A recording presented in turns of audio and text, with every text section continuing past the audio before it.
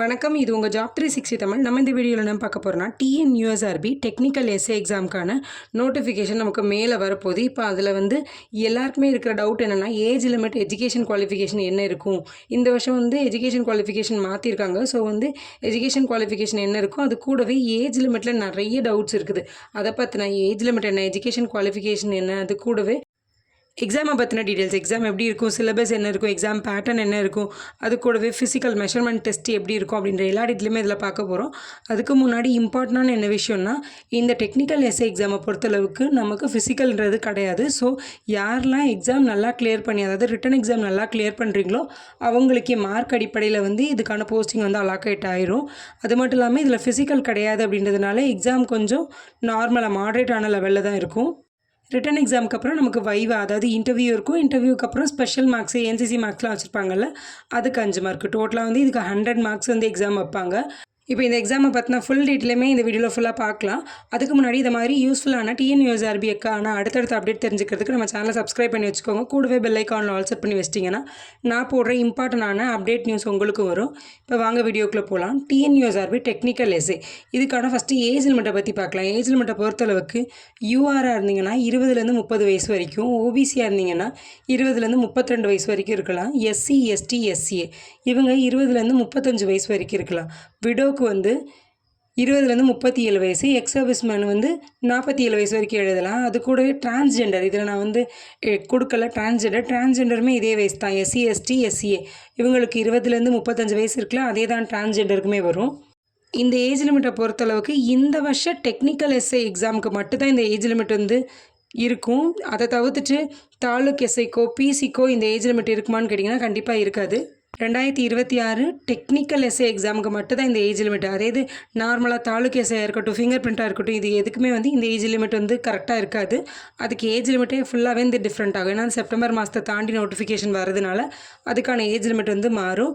இந்த நோட்டிஃபிகேஷன் நமக்கு மேலே வந்துடுது, இயரோட ஸ்டார்டிங்லேயே வந்துருந்தனால இதுக்கான ஏஜ் லிமிட் தனி, அதுக்கு ஏஜ் லிமிட் தனி.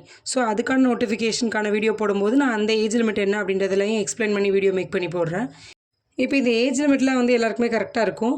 அதை தவிர்த்துட்டு அவங்களுக்கு ஹைட் மெஷர்மெண்ட், ஃபிசிக்கல் மெஷர்மெண்ட் பார்க்கலாம். ஃபிசிக்கல் மெஷர்மெண்ட்டை பொறுத்தளவுக்கு ஆண்களுக்கு உயரம்னு பார்த்தோன்னா எஸ்சி, எஸ்டி, எஸ்சியை தவிர்த்துட்டு மற்ற எல்லாருக்குமே, ஜென்ரலாக இருக்கட்டும், பிசியாக இருக்கட்டும், பிசிஎம்மாக இருக்கட்டும், டிஎன்சி, எம்பிசி இவங்க எல்லாருக்குமே ஏஜ் லிமிட், அதாவது உயரம்னு பார்த்தோன்னா 163 சென்டிமீட்டரும், எஸ்சி, எஸ்டி, எஸ்சிஏ இவங்களுக்கு 160 சென்டிமீட்டர் இருக்கும். மார்பு சுற்றளவுன்னு பார்த்தோன்னா நார்மல் சாதாரண நிலையில் 80, விருந்த நிலையில் 85 இருக்கணும். இந்த ஹைட் மெஷர்மெண்ட்டை பொறுத்தளவுக்கு மற்ற எஸ்ஏ எக்ஸாமுக்குலாம் 170 வரைக்கும் போகும் ஹைட்டு. பட் இந்த டெக்னிக்கல் எஸ்ஏ எக்ஸாமுக்கு நம்ம ஹைட் ரொம்ப கம்மியாக தான் இருக்கும். ஸோ நல்லா ரிட்டன் எக்ஸாம் எழுதி நார்மலாக ஓரளவு ஹைட்டு வச்சுருக்கோம் அப்படின்ற எல்லாருமே இதுக்கு எக்ஸாமுக்கு அட்டன் பண்ணலாம். ஹைட்டுன்றது ரொம்ப மேஜரான ரோல் ப்ளே பண்ணுறதுனால இந்த எஸ்ஏ எக்ஸாமுக்குலாம் 163 தான் கொடுத்துருக்காங்க நார்மலாக ஜென்ரல் அண்ட் பிசி, எம்பிசிக்கெல்லாம். ஸோ அந்த ஹைட்டில் இருக்கிற நீங்களும் அந்த ஹைட்டில் இருந்தீங்கன்னா நீங்கள் இந்த எக்ஸாமுக்கு தாராளமாக அப்ளை பண்ணலாம். ஏன்னா நிறைய பேர் தாலுக் அண்ட் டிஎஸ்பி அதுக்கெலாம் அப்ளை பண்ணாமல் இருப்பாங்க. ஏன்னா ஹைட் மெஷர்மெண்ட் இருக்காது.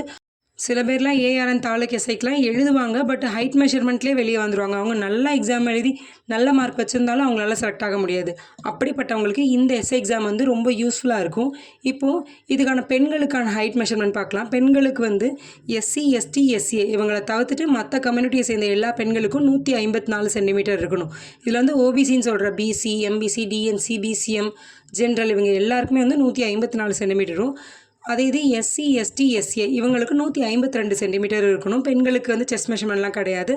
ஆஸ் யூஷுவல் பெண்களுக்கு ஹைட்டு மட்டும் தான் எப்போவுமே ஃபிசிக்கல் மெஷர்மெண்ட்டில் இருக்கும். அதே ஹைட்டு மட்டும் தான் பெண்களுக்கு.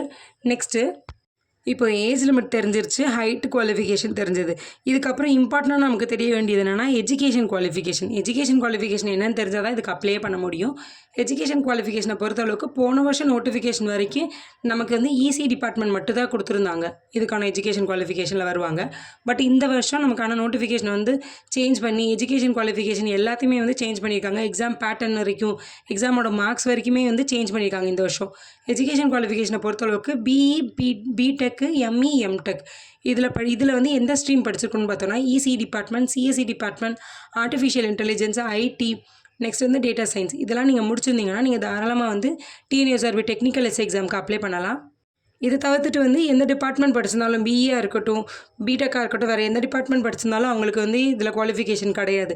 இதுதான் கரெக்டான குவாலிஃபிகேஷன். இதை தவிர்த்துட்டு நார்மலாக ஆர்ட்ஸ் அண்ட் சயின்ஸ் படிச்சிருக்கவங்க அவங்களாம் வந்து கமெண்டில் கேட்பாங்க, நான் வந்து அப்ளை பண்ணலாமான்னு. அவங்களுக்கான இதுதான் வந்து ரொம்ப இம்பார்ட்டண்டான விஷயம். பிஇ பிடெக்கில் இந்த 5 ஸ்ட்ரீமில் இருக்கிறவங்க மட்டும்தான் வந்து இந்த டெக்னிக்கல் எஸ்ஏ எக்ஸாமுக்கு அப்ளை பண்ண முடியும். பிடெக்கில் வந்து இவ்வளோ பர்சன்டேஜ் வச்சுருக்கணும், ஃபஸ்ட் கிளாஸ் செகண்ட் கிளாஸ் அப்படி எதுவுமே அவங்க கொடுக்கல. இது வந்து எஜுகேஷன் குவாலிஃபிகேஷனாக நார்மலாக இதை நீங்கள் கிளியர் பண்ணியிருந்தாலே போதும். இத்தனை பர்சன்டேஜோ இந்த கிளாஸ் தான் இருக்கணும் அப்படின்ற எதுவுமே மென்ஷன் பண்ணலை. ஸோ வந்து இதுதான் அவங்களுக்கான education qualification. Next exam pattern எப்படி இருக்குன்னு பார்க்கலாம். ஆஸ் யூஷுவல் எக்ஸாம் பேட்டர்னில் நமக்கு தமிழ் எலிஜிபிலிட்டி டெஸ்ட் வந்து எல்லா எக்ஸாம்ஸ்க்குமே டிஎன் கவர்மெண்ட்டை பொறுத்தளவுக்கு எல்லா எக்ஸாம்ஸ்லையுமே வந்து தமிழ் எலிஜிபிலிட்டி இருக்கும். அதே மாதிரி தான் வந்து டெக்னிக்கல் எஸ்ஏ எக்ஸாம்லேயும் வந்து தமிழ் இருக்குது. தமிழ் வந்து 100 மார்க்ஸுக்கு இருக்குது. அது கூடவே மெயின் எக்ஸாம் வந்து 85 மார்க்குக்கு. இந்த 85 மார்க்குக்குங்கும்போது நமக்கு டோட்டல் கொஷின் வந்து 170 கொஷின் இருக்கும். ஒரு கொஷினுக்கு 0.5 மார்க்குன்னு போட்டு 85 மார்க் தருவாங்க. இந்த 85 மார்க்கையும் வந்து ஸ்ப்ளிட் பண்ணியிருப்பாங்க. அதில் வந்து 30 வந்து ஜிகே கொஷினும் 55 வந்து டெக்னிக்கல் கொஷின்ஸும் இருக்கும். அந்த மஸ்ட்டு சொன்ன தமிழ் எலிஜிபிலிட்டி எக்ஸாமில் வந்து 100க்கு நீங்கள் வந்து 40 கொஷின்ஸ் வந்து கரெக்டாக போட்டிங்கன்னா மட்டும்தான் மெயின் பேப்பர் வந்து நமக்கு வேல்யூவேட் பண்ண ஆரம்பிப்பாங்க. இது வந்து எல்லா எக்ஸாம்லேயுமே இப்படி தான் இருக்கும். இந்த மெயின் பேப்பர் இருக்குல்ல 85 மார்க்குக்கு, இதில் நீங்கள் எவ்வளோ மார்க் எடுக்கீங்களோ இதை பொறுத்து தான் நீங்கள் வந்து போஸ்டிங் வாங்குறதுக்கு சான்ஸ். ஏன்னா வந்து இதில் நமக்கு டெக்னிக்கல் எக்ஸாமை பொறுத்தளவுக்கு நமக்கு ஃபிசிக்கல் கிடையாது. ஃபிசிக்கல் மெஷர்மெண்ட் மட்டும்தான், உங்கள் ஹைட் மெஷர்மெண்ட் மட்டும் தான் அதுலேயும் எடுப்பாங்க. அதனால இதில் நீங்கள் எக்ஸாமில் எவ்வளோ மார்க் எடுக்கிறீங்க அதுதான் நம்ம போஸ்டிங்க்கு ஹெல்ப் பண்ணும். ஸோ வந்து எக்ஸாம் நல்லா பண்ணிடுங்க, அது மட்டுமே போதும். அது கூடவே வந்து இன்டர்வியூ ப்ளஸ் வந்து ஒரு 5 மார்க்ஸ் வந்து எக்ஸ்ட்ரா மார்க். இது வந்து எல்லாருக்கும் கிடைக்காது. இந்த 5 மார்க் ஸ்பெஷல் மார்க் அண்ட் வந்து என்சிசி என்எஸ்எஸ் ஸ்போர்ட்ஸ் இவங்கெல்லாம் வச்சுருக்கவங்களுக்கு தான் அந்த 5 மார்க் கிடைக்கும். ஸோ அந்த மார்க்லாம் இல்லாதவங்களே ரிட்டன் எக்ஸாம்லேயே வந்து ஃபுல்லாக நல்ல மார்க் எடுக்க ட்ரை பண்ணுங்கள். நெக்ஸ்ட்டு நமக்கு எக்ஸாமை பொறுத்தளவுக்கு 3 மணி நேரம் எக்ஸாம் இருக்கும். 170 கொஷின். இது ஆல்ரெடி சொன்ன மாதிரி தான். இது மெயின் எக்ஸாமுக்கான மார்க் மட்டும் தான். தமிழ் எலிஜிபிலிட்டி தனியாக தான் இருக்கும்.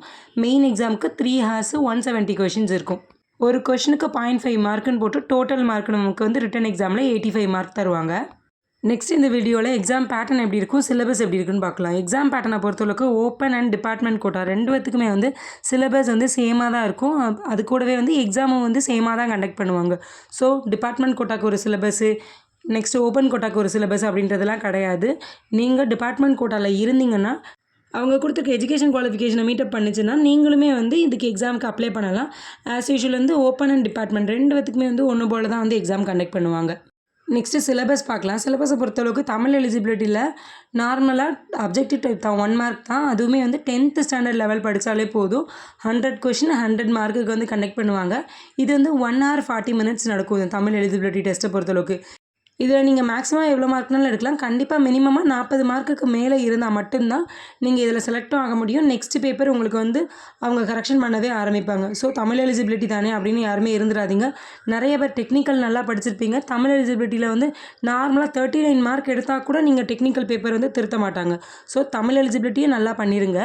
நெக்ஸ்ட்டு எக்ஸாம் பேட்டர்னில் ஆல்ரெடி சொன்ன மாதிரி நமக்கு மெயின் எக்ஸாம் இருக்கும். மெயின் எக்ஸாமில் ஜென்ரல் நாலேஜ் வந்து 30 மார்க்ஸுக்கு கேட்பாங்க. இந்த ஜென்ரல் நாலேஜில் என்ன சிலபஸ் இருக்குன்னா, நம்ம நார்மலாக டிஎன்பிசிக்கெலாம் படிப்போம்ல, physics, chemistry, botany, zoology, history, geography, economic, polity and வந்து கரண்ட் அஃபேர்ஸ். இதில் வந்து மேஜர் ரோல் ப்ளே பண்ணுறது என்னென்னா கரண்ட் அஃபேர்ஸ் தான். வந்து 30 கொஷின்ஸில் 10 கொஷின்ஸ் ஆச்சு current affairs இருந்துரும்.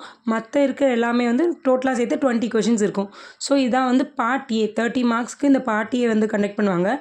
Next part B. Part பியை பொறுத்தளவுக்கு நமக்கு 55 மார்க்குக்கு இருக்கும். இந்த பார்ட் பியை பொறுத்தளவுக்கு நம்மளோட டெக்னிக்கல் பேப்பர், அதாவது எலக்ட்ரானிக்ஸாக இருக்கட்டும், எலக்ட்ரானிக் அண்ட் கம்யூனிகேஷனாக இருக்கட்டும், கம்ப்யூட்டர் சயின்ஸ் டிபார்ட்மெண்ட்டாக இருக்கட்டும், டேட்டா சயின்ஸாக இருக்கட்டும், உங்களோட மெயின் பேப்பர் இருக்கும்ல, மெயின் பேப்பருக்கான சிலபஸ் தான் டெக்னிக்கல் சிலபஸாகவே இதில் இருக்கும். நமக்கு பார்ட் பியை பொறுத்தளவுக்கு இன்னுமே வந்து சிலபஸ் டிஎன்யூஎஸ்ஆர்பி வெப்சைட்டில் அப்டேட் பண்ணலை. ப்ரீவியஸ் இயர் வரைக்கும் இசி டிபார்ட்மெண்ட் மட்டும் இருந்ததுனால இசி டிபார்ட்மெண்ட்டுக்கான சிலபஸ் இருக்குது. இப்போ வந்து டோட்டலாக எல்லா டிபார்ட்மெண்ட்டையும் சேர்த்து தான் வந்து பார்ட் பி வைக்க போகிறதுனால சிலபஸில் கண்டிப்பாக சேஞ்சஸ் இருக்கும். அதுவுமே இன்னும் கொஞ்சம் நாளாக டிஎன்யூஎஸ்ஆர்பி வெப்சைட்டில் அப்டேட் பண்ணிடுவாங்க. அந்த அப்டேஷன் வந்தாலும் நான் கண்டிப்பாக வீடியோ மேக் பண்ணி போடுறேன். அதெல்லாம் தெரிஞ்சுக்கணுன்னா நம்ம சேனலை சப்ஸ்கிரைப் பண்ணி வச்சுக்கோங்க. ஏன்னா பார்ட் பி வந்து நமக்கு 55 மார்க் இருக்கிறதுனால சிலபஸ் ரொம்ப முக்கியம். சிலபஸ் சீக்கிரமாக வந்து டிஎன்யூஎஸ்ஆர்பி வெப்சைட்டில் அப்டேட் பண்ணிடுவாங்க. இவ்வளோ தான் இது வரைக்கும் நான் சொன்ன எல்லாமே உங்களுக்கு புரிஞ்சிருக்கும்னு நினைக்கிறேன். ஏஜ் லிமிட்டாக இருக்கட்டும், எஜுகேஷன் குவாலிஃபிகேஷனாக இருக்கட்டும், எக்ஸாம் பேட்டர்னாக இருக்கட்டும், எக்ஸாம் எத்தனை மார்க்குக்கு நடக்கும், எவ்வளோ நேரம் நடக்கும், எதில் எவ்வளோ மார்க்கு கொடுப்பாங்க அப்படின்ற எல்லா டீட்டெயிலுமே பார்த்தாச்சு. இந்த எக்ஸாமை பொறுத்தளவுக்கு நமக்கு ஃபிசிக்கல் அப்படின்றது கிடையாது. ஸோ நான் ஆல்ரெடி சொன்ன மாதிரி தான் ரிட்டன் எக்ஸாமில் நீங்கள் எவ்வளோ மார்க் எடுக்கீங்களோ அதை பொறுத்து நமக்கு போஸ்டிங் வந்துடும். நமக்கு 3 லெவலில் எக்ஸாம் நடக்கும். First written exam, next physical measurement test, next viva இன்டர்வியூன்னு சொல்கிற வைவா, அது கூடவே வந்து அந்த ஸ்பெஷல் மார்க் 5 மார்க் இதை டோட்டலாக வந்து ஆட் பண்ணோன்னா 100 மார்க் வந்து எக்ஸாம் நடக்கும். இதில் நான் வந்து மெடிக்கல் வந்து சொல்லலை. மெடிக்கலை பொறுத்தளவுக்கு நமக்கு நார்மலாக வந்து ஸ்பெக்ஸ் போட்டிருக்கவங்க அப்ளை பண்ணலாமா அப்படின்றது வந்து நிறைய பேருக்கு டவுட்டாக இருக்கும். ஸ்பெக்ஸ் போட்டிருக்கவங்க, லென்ஸ் வச்சுருக்கவங்க எல்லாருமே வந்து அப்ளை பண்ணலாம். அது கூடவே வந்து லேசர் ட்ரீட்மெண்ட்டு, நெக்ஸ்ட்டு நிறையா வந்து ஆப்ரேஷன்ஸ் இது மாதிரி ஏதாவது மைனர் ஆப்ரேஷன்ஸ் இதெல்லாம் பண்ணியிருந்தாங்கன்னா அவங்களுக்குமே வந்து அலோவ் பண்ணுவாங்க.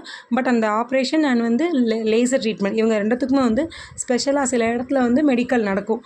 அதுக்கப்புறம் அவங்கள வந்து அலோவ் பண்ணுவாங்க. மோரோவர் இந்த டெக்னிக்கல் எஸ்ஏ எக்ஸாமை பற்றின எல்லா டீட்டெயிலுமே, அது கூடவே வந்து எலிஜிபிலிட்டி க்ரைட்டீரியா அப்படின்ற எல்லா டீட்டெயிலுமே வந்து நான் எக்ஸ்பிளைன் பண்ணிட்டேன். இந்த வீடியோவில் உங்களுக்கு ஏதாவது சந்தேகங்கள் இருந்துச்சுனாலும் சரி, அல்லது டிஎன்யூஎஸ்ஆர்பி டெக்னிக்கல் எஸ்ஏ எக்ஸாமை பற்றி உங்களுக்கு வேறு ஏதாவது சந்தேகங்கள் இருந்துச்சுனாலும் சரி, நீங்கள் கமெண்டில் கேளுங்க. அது கூடவே இந்த டிஎன்யூஎஸ்ஆர்பி எஸ்ஏ எக்ஸாமை பற்றின அடுத்தடுத்த அப்டேட் அண்ட் வந்து சிலபஸ், ஏன்னா வந்து எலிஜிபிலிட்டி இந்த வருஷம் மாறி இருக்குது. ஸோ வந்து சிலபஸ் வந்து சேஞ்ச் பண்ணி தருவாங்க. ஸோ அந்த சிலபஸ் இதெல்லாம் தெரிஞ்சுக்கணுன்னா நம்ம சேனலை வந்து சப்ஸ்கிரைப் பண்ணி வச்சுக்கோங்க. அப்போ தான் நான் போடுற அடுத்தடுத்த அப்டேட் வீடியோ உங்களுக்கு வரும். சிலபஸை பற்றி ஏதாவது அப்டேட் வந்துச்சுன்னா அதுக்கும் நான் வந்து வீடியோ மேக் பண்ணி போடுறேன். வீடியோ யூஸ்ஃபுல்லாக இருந்துச்சுன்னா லைக் பண்ணிவிட்டு உங்கள் ஃப்ரெண்ட்ஸ் அண்ட் ஃபேமிலி மெம்பர்ஸ் யாராவது வந்து பிஇ முடிச்சுட்டு டிஎன்யூஎஸ்ஆர்பி எஸ்ஏ எக்ஸாமுக்கு ட்ரை பண்ணிட்டு இருந்தாங்கன்னா அவங்களுக்கும் இந்த வீடியோவை ஷேர் பண்ணி அவங்களையும் அப்ளை பண்ண சொல்லுங்கள். இந்த எக்ஸாமுக்கு வந்து ப்ரிப்பேர் பண்ண ஸ்டார்ட் பண்ண சொல்லுங்கள். தேங்க்யூ.